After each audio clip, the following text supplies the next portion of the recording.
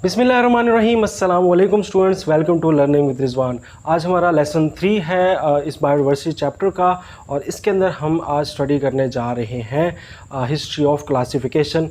तो history of classification यानी कि जो ग्रोहबंदी का अमल था वो किस मराहिल से गुज़रते हुए किस मराहिल तक पहुंचा। तो स्टार्ट करते हैं आज का लेक्चर। सबसे पहले जो हिस्ट्री ऑफ क्लासिफिकेशन में नेम आता है वो अरिस्टोटल का आता है, अरस्तु का।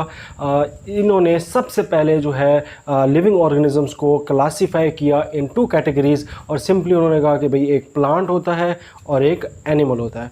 इसके बाद कुछ मुस्लिम साइंटिस्ट आए, उन्होंने भी क्लासिफिकेशन के ऊपर बहुत ज़्यादा काम किया, जिसके अंदर सबसे ज़्यादा जो अबू उस्मान उमर अल-जाहिज़ का है। इन्होंने तकरीबन 350 जो एनिमल्स थे उनको अपनी किताब के अंदर लिखा और उनको क्लासीफाई किया। इसके साथ साथ आर्ट्स के ऊपर इन्होंने बुक लिखी, लाइफ ऑफ आर्ट्स के ऊपर, और ये भी बड़ी इनकी मशहूर हुई। इसके बाद एक और साइंटिस्ट हैं इब्न रुशद।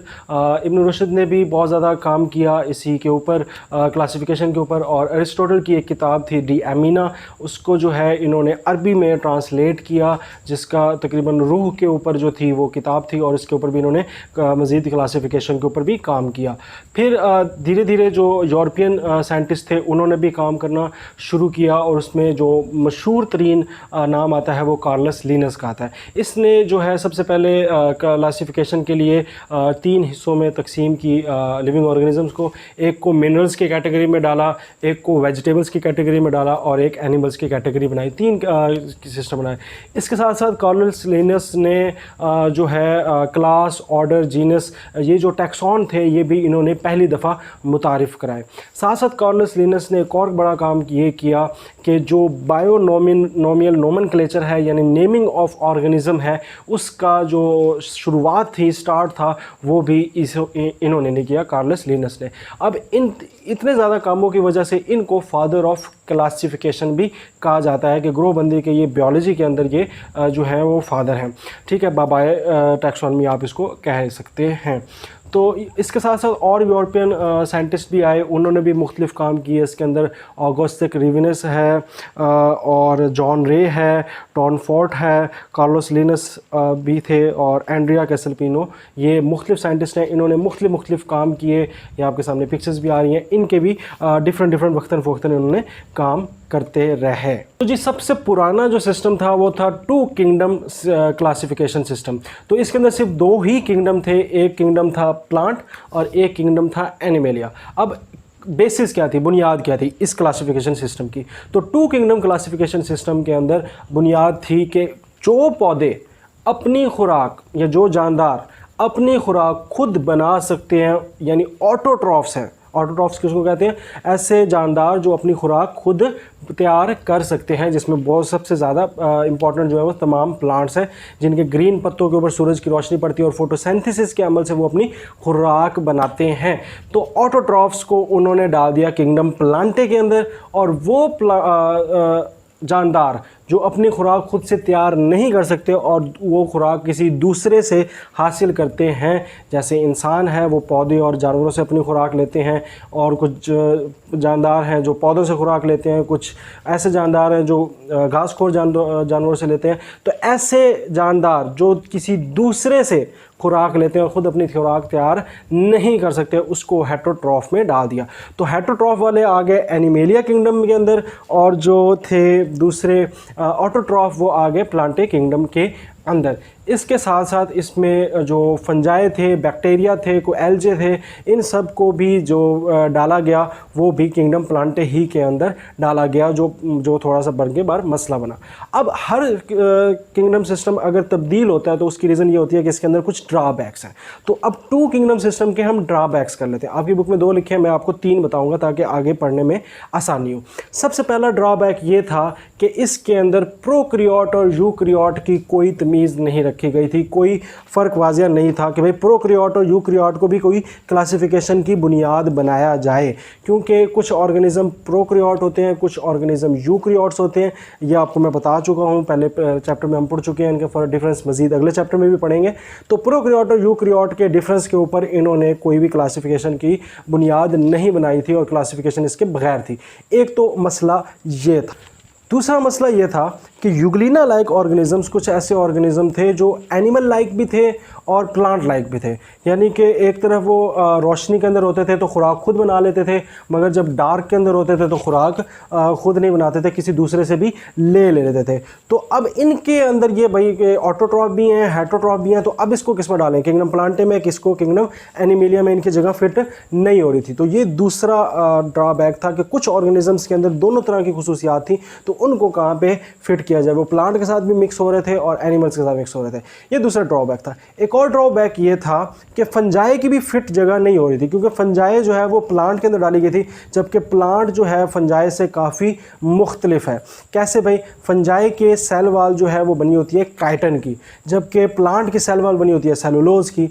एक और फ़र्क ये था कि प्लांट जो है वो अपनी खुराक खुद बनाता है, ऑटोट्रॉफ है, हाँ, सूरज की रोशनी से फोटोसिंथेसिस के अमल से बनाता है, ठीक है। जबकि फंजाई जो है वो किसी दूसरे जानदार से अपनी जो होती है खुराक एब्जॉर्ब करके लेती है, यानी इसका ऑब्जॉर्बटिव मोड ऑफ न्यूट्रिशन था, जबकि जो प्लांट्स हैं उसको ऑटोट्रॉफिक था। तो अब ये भी फंजाई भी थी जो प्लांट में सही फिट नहीं हो रही थी। तो ये 3 ड्रॉबैक थे जिसने फिर 2 किंगडम्स क्लासिफिकेशन सिस्टम को ख़त्म किया और उसकी फिर जगह ले ली 3 किंगडम क्लासिफिकेशन सिस्टम ने।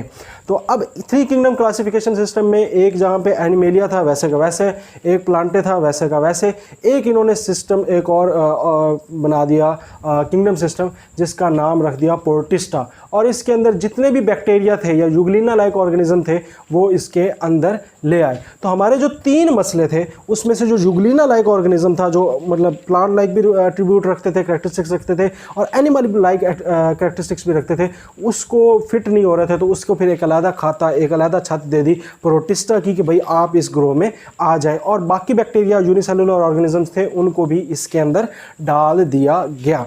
अब रह गई बात, अब इसके अंदर भी फिर वो 2 मसले तो वैसे के वैसे खड़े थे 3 किंगडम क्लासिफिकेशन के बाद भी। तो एक तो यही कि जो फंजाई थी वो प्लांट के साथ फिट नहीं हो रही थी और उसको प्लांट ही के अंदर डाला हुआ था। एक मसला वो जो फंजाई वाला था पहले वाला, वो वैसे के वैसे। और एक और जो मसला था वो ये था कि प्रोक्रियोटिक और यूक्रियोटिक इनकी आपस में कोई तमीज़ नहीं रखी गई थी कि इसको क्लासिफिकेशन करते हुए मद्देनज़र नहीं रखा गया था। ये जो 3 मसले हमारे 2 किंगडम सिस्टम में थे, तो एक मसला 3 किंगडम सिस्टम में हल हो गया, मगर 2 वैसे के वैसे रहे। तो उसको फिर हल करने के लिए मुतारिफ़ कराया गया 5 किंगडम सिस्टम, जिसके अंदर प्रोक्रियोटिक और यूक्रियोटिक की तमीज़ भी रखी गई, और उसको बुनियाद पे जो है अलहदा एक जो है क्लासिफिकेशन की गई, और साथ साथ फंजाई को एक अलहदा किंगडम दे दिया गया किंगडम फंजाई के नाम से। ऐसे करके 5 किंगडम सिस्टम हुआ। अब 5 किंगडम सिस्टम में पहला है जी मुनेरा, ठीक है, दूसरा है जी प्रोटिस्टा, तीसरा है जी फंजाई, फिर प्लांटे, और फिर एनिमेलिया। ये 5 किंगडम सिस्टम बन गया। अब ये बना कैसे? सबसे पहले इसमें जो नाम है मशहूर वो ई कैटन का है। बाबा ई कैटन ने क्या किया? ई कैटन ने पहली दफ़ा प्रोक्रियोटिक और यूक्रियोटिक की टर्म्स मुतारिफ़ कराई, और उसने कहा कि भाई कुछ सेल ऐसे होते हैं कि वो प्रोक्रियोट्स होते हैं और कुछ सेल ऐसे होते हैं जो यूक्रियोट्स होते हैं। तो भाई इनमें फ़र्क है, इनको थोड़ा सा अलहदा डिफरेंस रखा। फिर आए रॉबर्ट विटिकर, उन्होंने फिर जो है क्लासिफिकेशन दोबारा की और 5 किंगडम सिस्टम मुतारिफ़ कराया, और उसके अंदर उन्होंने बुनियाद किसके ऊपर रखी? उन्होंने 2 बेसिस रखी क्लासिफिकेशन की। जो ये 5 किंगडम सिस्टम आपके सामने बताया, इसकी बुनियाद उन्होंने 5 चीज़ों पर रखी। पहली चीज़ उन्होंने ये कहा कि प्रोक्रियोट और यूनिसेलुलर यूक्रियोट्स और मल्टी सेलुलर यूक्रियोट्स, यानी सेलुलर लेवल ऑफ ऑर्गेनाइजेशन की बुनियाद पर कि भाई जो प्रोक्रियोट्स हैं उनको देखा जाए, उनको अलहदा खाता दिया जाए, जो यूनिसेलुलर यूक्रियोट्स हैं उनको अलहदा खाता दिया जाए, जो मल्टी सेलुलर यूक्रियोट्स हैं उनको अलहदा खाता दिया जाए। तो इस तरह करके ये प्रोक्रियोट और यूक्रियोट वाला जो मसला था ना, वो भी इसमें हल कर दिया गया।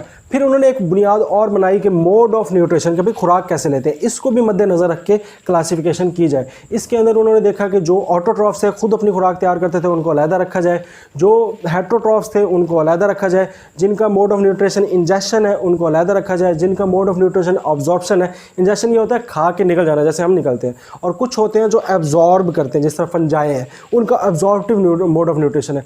तो ऑटोट्रॉफ, ऑब्जॉर्प्टिव मोड ऑफ न्यूट्रिशन और injection mode of nutrition, in mode of nutritions की बुनियाद पे रॉबर्ट विटेकर ने फिर मज़ीद 5 किंगडम क्लासिफिकेशन कर दी। और बाद में मार्गुलिस एंड शेक्वार्ट्स जो आए, इन साइंटिस्ट ने आकर कहा कि भाई इन 2 बेसिस के साथ साथ एक बेसिस ये भी डालो जो मैंने आपको पहले भी बताई थी, जेनेटिक, जो पिछले लेक्चर में हम पढ़ चुके हैं, यानी डीएनए की बुनियाद पे भी हम क्लासिफिकेशन कर सकते हैं। तो वो बहुत बाद में तकरीबन 1988 के अंदर मार्गुलिस एंड शेक्वार्ट्स ने जो है ये आकर मुतारिफ़ कराई और कहा कि इसको भी बेसिस में रखो। तो अब जो हमारे पास 5 किंगडम सिस्टम है उसके अंदर ये 3 बुनियादी चीज़ें, सेलुलर ऑर्गेनाइजेशन, दूसरा मोड ऑफ न्यूट्रिशन और तीसरी मॉडर्न जेनेटिक्स, इन 3 चीज़ों को मद्देनज़र रख के आज जो सबसे ज़्यादा क्लासिफिकेशन की जा रही है वो यही है।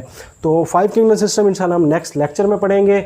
और आज का सवाल ये है कि सेल वॉल फंजाई की बनी होती है काइटिन से और प्लांट की बनी होती है सेलुलोज से, तो बैक्टीरिया की किससे बनी होती है? यह आज का क्वेश्चन है। यह आपने कमेंट में इसका ज़रूर आंसर करना है। चैनल को आपने करना है सब्सक्राइब। अगले लेक्चर के लिए अल्लाह हाफ़िज़।